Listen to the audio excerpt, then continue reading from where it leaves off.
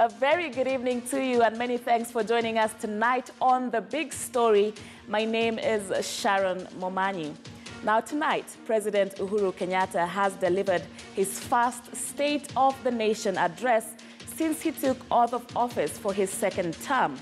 The State of the Nation address delivered in a joint sitting of the Senate and the National Assembly had a surprise apology from the head of state.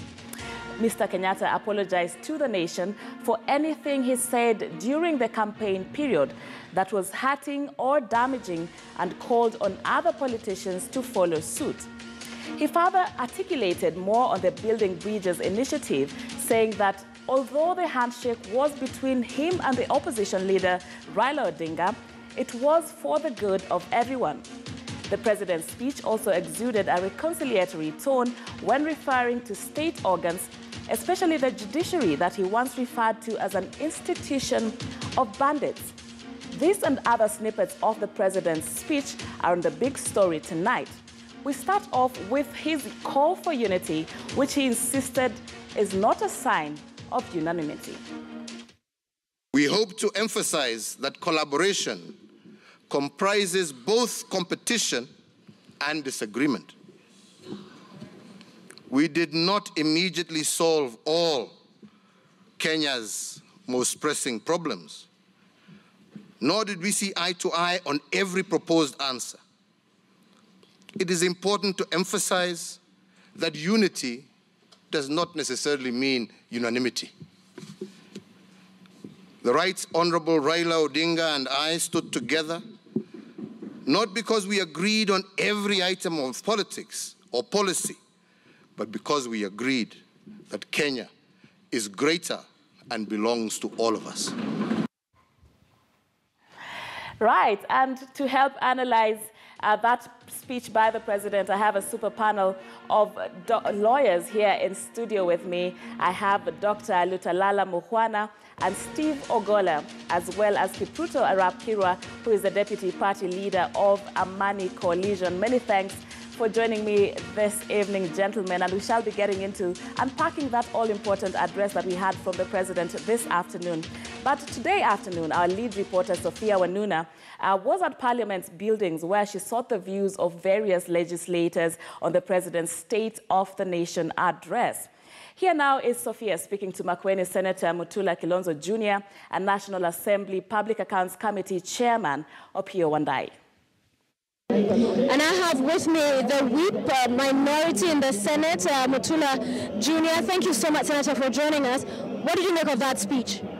I'm both happy and disappointed at the same time.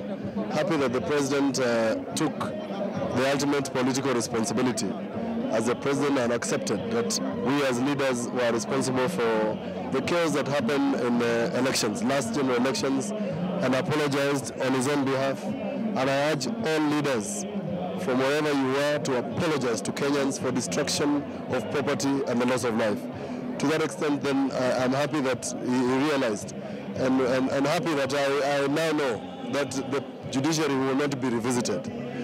But on the question of corruption, the problem about the fight against corruption is the investigative arm. They are the ones who are doing bad investigations. They are the ones who are making sure that files, when they go to the DPP, are returned. NYS cases are case in mind. So whilst we have recovered money, we have not shown to Kenyans and the world that there is a person in Kenya who is guilty of corruption. So therefore, I would have expected the new DPP to be given certain directives about investigation. The third one is the handshake. The handshake was a good gesture. It has brought the climate, political temperatures down. We are enjoying some relative good relationship across the political divide, but a way forward would have been very good. Yeah. Timelines. Yeah. Please comment for me briefly about the future of opposition, because now that there's a handshake, largely the two sides seem to be reading from the same script. Does that worry you that that space has now been greatly undermined to actually hold the government to account? Not at all. By the way, the president gave a cue to the opposition and minority. He said the meeting between him and Raila Omolo Odinga They agreed on some other issues and disagreed on others. What does that mean? It doesn't mean that simply because Raila Amolo Odinga and the president shook hands, we must agree. What he is simply saying that we don't have to disagree for the sake of it. The things that are mutual to Kenyans' interests, we must agree.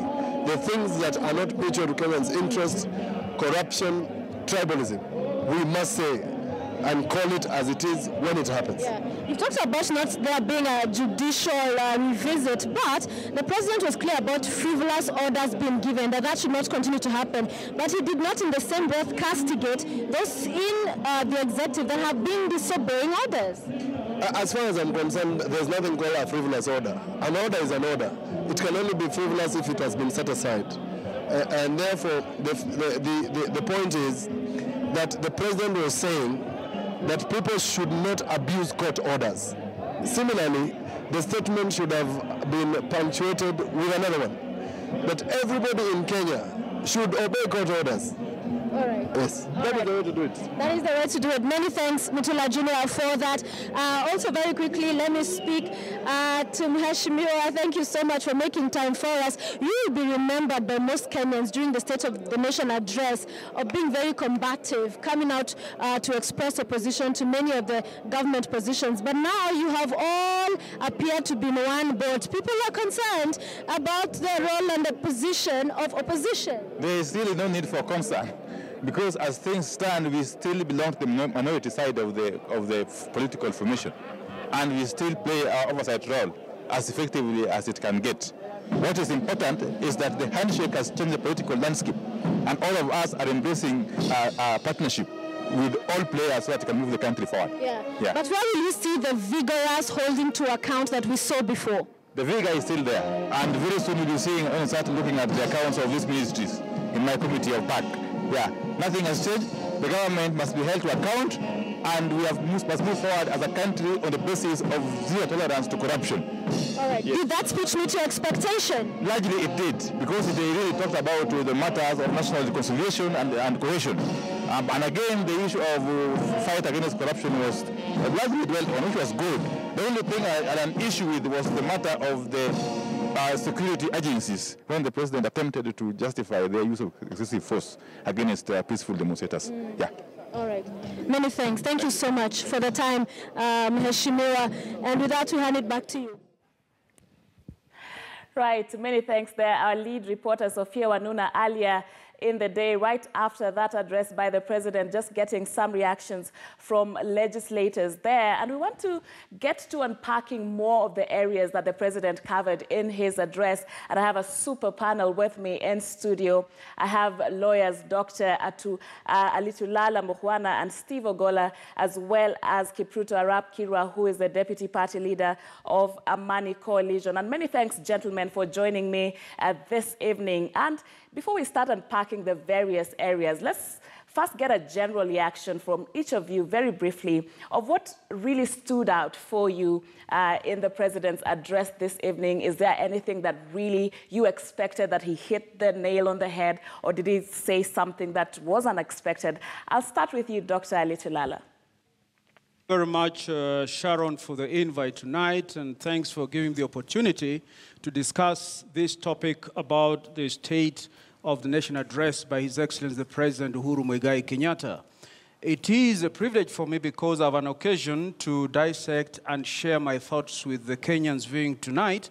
And first and foremost, I must begin by giving accolades to His Excellency the President, purely on the account that he began by tendering an apology to the people of Kenya, specifically those who felt offended, hurt, or injured, aggrieved in any way during the electioneering year. To me, that is statesmanship. That is humility from a head of state. It is important that we appreciate that despite the handshake, Kenya bled. Kenya still bleeds. There may be a handshake, yes, but the reasons why we bled, the reasons why the handshake is necessary in the first place, remain unresolved. And therefore, it's a fantastic starting point for a head of state to say, people of this country, I'm sorry. If I said anything that hurt you, I'm sorry. And by extension, he's saying, if I did, and of course many things were did in his name, which hurt Kenyans, lives were lost. So to start with, Sharon, I must congratulate the president for biting the bullet and saying, I am sorry. Right, but, so thank you. Statesmanship and humility is what stood for Dr. Alitulala. And Steve Ogola, what really stood out for you from the address this afternoon? Well, thank you, Sharon. I think it seems that we are having a reintroduction of a culture of decency because that has been missing. You see, the Constitution presupposes that it will be implemented by good and decent people who care for the rule of law and care that ordinary Kenyans must feel that they comply with the law.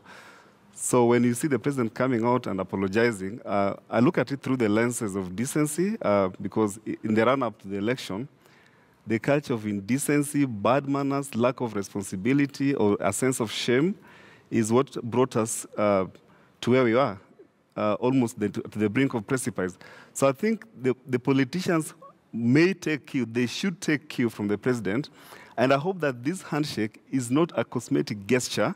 I hope it's not borrowed decency, because if it's borrowed decency, it will collapse sooner than later. But if it's an honest move to reconcile the country, we must begin with minimum compliance with the law, respect for human rights, compliance with court orders. Those are the strongest signals that this country is truly keen on moving on. Otherwise, if you speak, we speak today and tomorrow we reverse what you have committed today, then this country may be stranded at the margins of time, desiring to move forward, but not really moving forward. But yes, it's a good gesture. I hope that we internalize it, the philosophy behind the gesture, not just what is being communicated to us publicly. And Mr. Kiru, as part of the opposition, what did you make of this address this afternoon? Thank you, Sharon, for the opportunity to share with Kenyans some of my thoughts and my fears and my aspirations. First of all, as I listened through the president's speech, I was moved and I realized that we are almost back to Kenya that we used to have, where there is common decency, there is also a sense of direction, and also respect among colleagues despite very competitive field of politics. Something that is also important is that many of us have known the president as a man of decency, and therefore anything that happened last year, we were getting worried that we are losing the Uhuru Kenyatta that we knew, and we are getting another person that is different from the president that we have always known. Therefore, this afternoon was also like rendezvous with reality, rendezvous with the course of events that should take place in Kenya now and in future. But of course, we have the caution, because we have been reading body language of individuals on both sides of the divide since the handshake, who seemed very hell-bent on derailing the process of dialogue, process of national reconciliation, and process of integration of this nation. Right. And Dr. Alitulala, I guess it's not really a common thing to see a leader of the opposition shaking hands with a sitting head of state.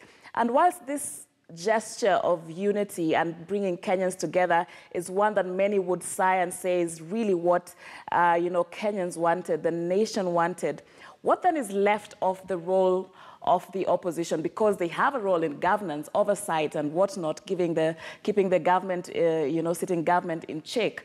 Are there any kind of dangers that we can expect out of this? Thanks, Sharon. In my first introductory remarks, I congratulated the president.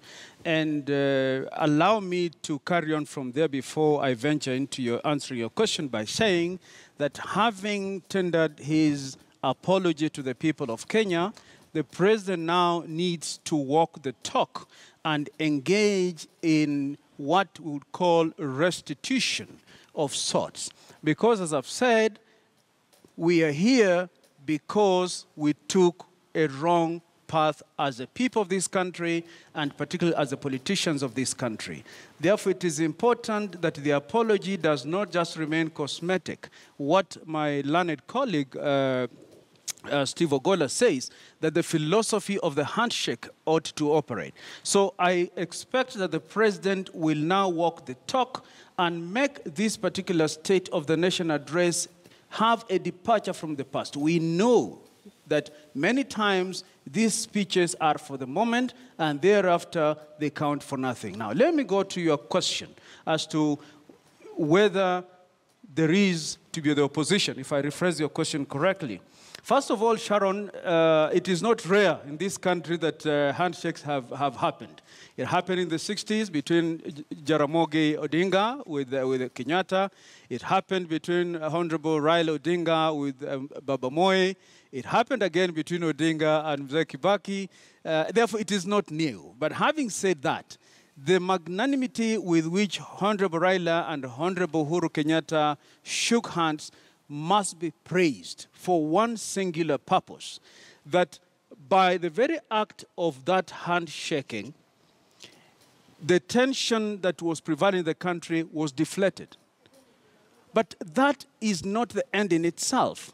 The tension was deflated.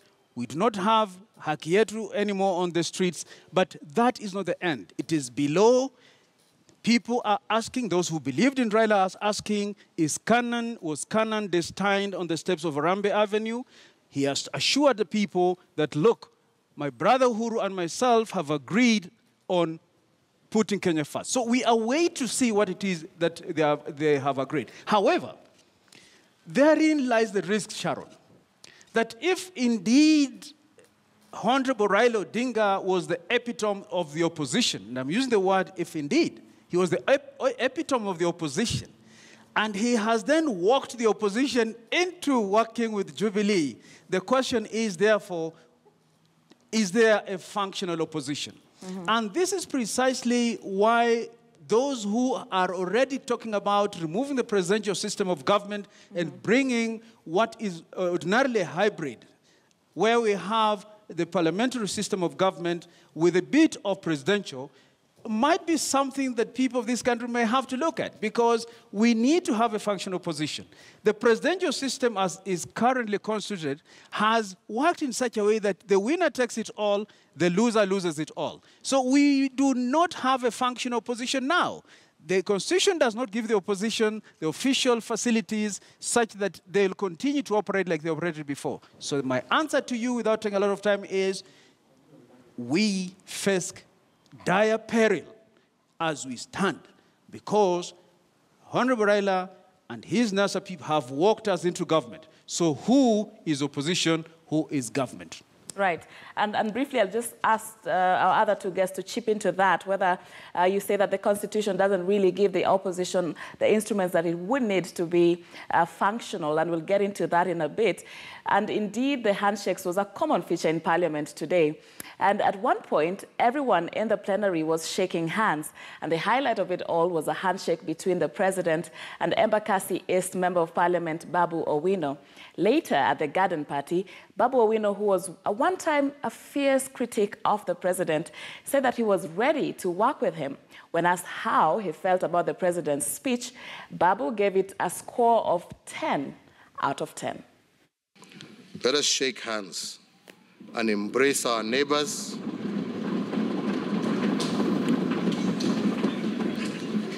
Oh, very good.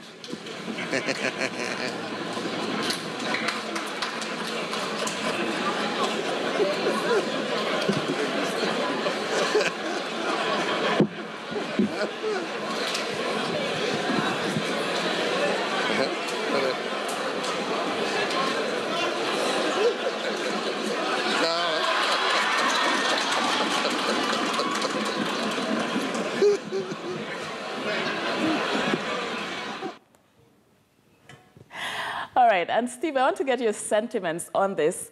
Dr. Alitalala says that the Constitution really does not empower or really set the stage for a very powerful opposition. Do you agree with this? And having also in mind that the President didn't really talk about a framework for what many would expect he would talk about following that golden handshake of how he and the opposition leader would then be working together going forward. I think, Sharon, it's a question of framing our own, because there's a disjunction between the philosophy of our politics, which is organized around politicians as opposed to institutions. And that may mean that opposition may be lost, because then opposition is not the institution of governance, but opposition is the key person. For instance, the person of Raila Odinga. So if he crosses over and starts cooperating with Jubilee, then opposition may be dead. But if you look at the ideology around the Constitution, then from that viewpoint, I would say that the opposition should remain strong and vibrant, as is anticipated in the Constitution, because the Constitution is organized around the ideology of transparency, accountability, and inclusiveness. Transparency is what citizens have been demanding, that we want to be governed not based on rumors and guesswork, but we want to be involved every step of the way in decision-making. Accountability is what the judiciary has been trying to do, holding government institutions to account for their action, to ensure that every institution and every public office holder is accountable for the responsibilities, actions, and decisions that they make. Inclusivity or inclusiveness is what has been elusive, because inclusiveness is a function of political culture. Inclusiveness within the Constitution means that there is a level of cooperation, a shared approach to governance, which is what we are now seeing.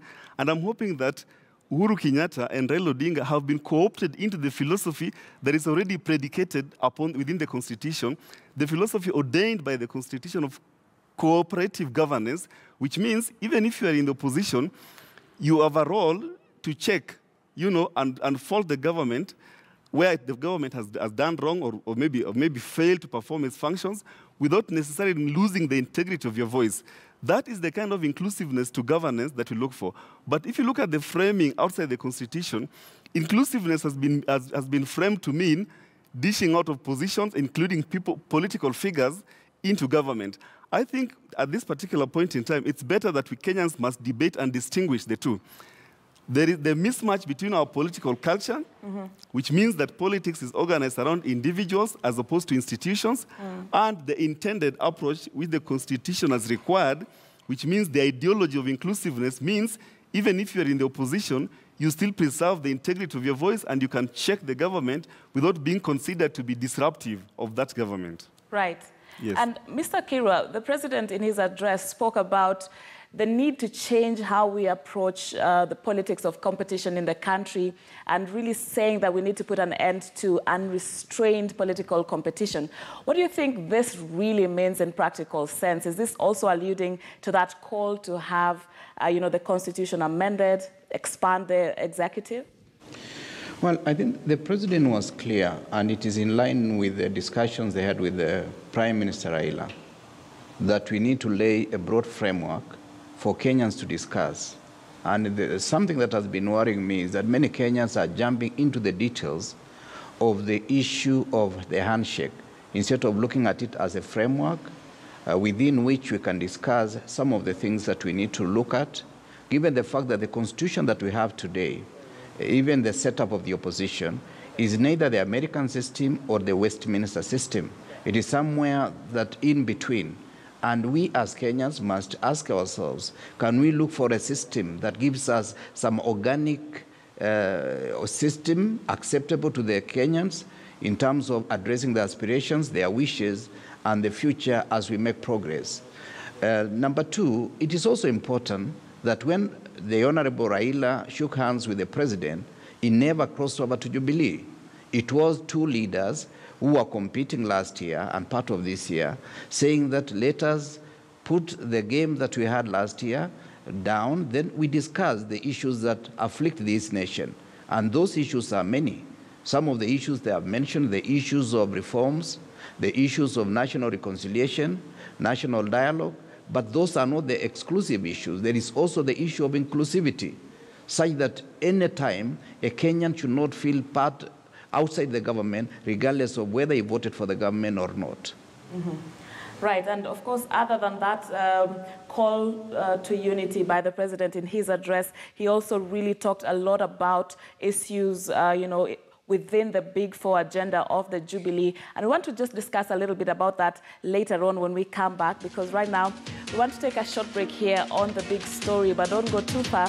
As you can see, I have a super panel with whom I'm unpacking this all-important address by the president that took place this afternoon. So see you shortly.